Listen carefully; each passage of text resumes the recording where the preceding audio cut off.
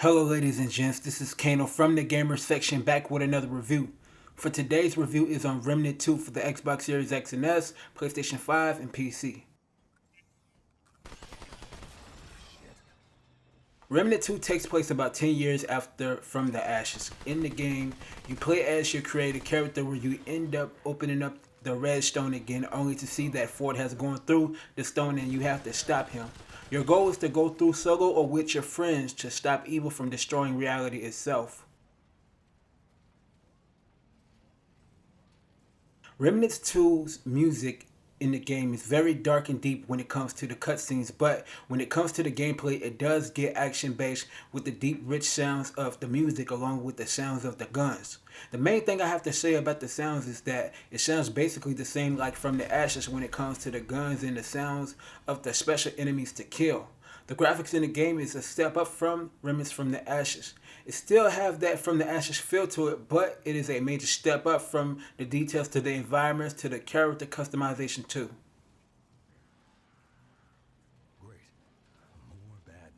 Remnant 2 is a third-person shooter that is in a Souls-like vibe. On this game, you can wield up to 2 guns and a melee weapon in the game.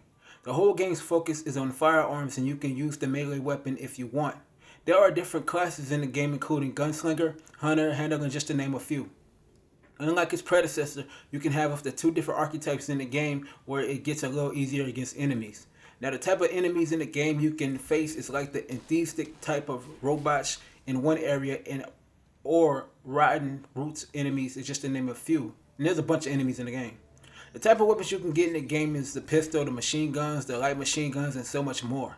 Every time you start a new game, the game regenerates new areas, so every playthrough is different.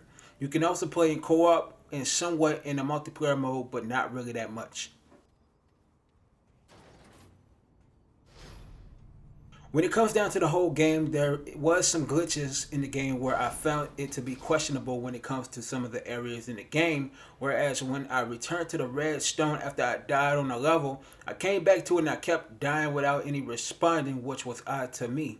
Another issue that I have within Remnant 2 is the fact that honestly, this game's storytelling is not the best. It's not bad, but it just don't grab your attention a lot where you want to just skip the cutscenes and just get into the gameplay. The guns need to be buffed some against the enemies because even if you max out, the enemies still are powerful, which can get frustrating. Another issue is the sparse of scrap that is actually needed in the game where they actually need to fix in a major way because we can't upgrade the way we want to in the game. Another problem is that the online aspects of it is not great where it does get to the point where it stutters. Yeah. For that, I give Remnant 2 a 4 out of 5.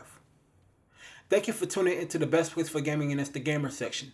Be sure to hit the like button on the video and please subscribe to the channel.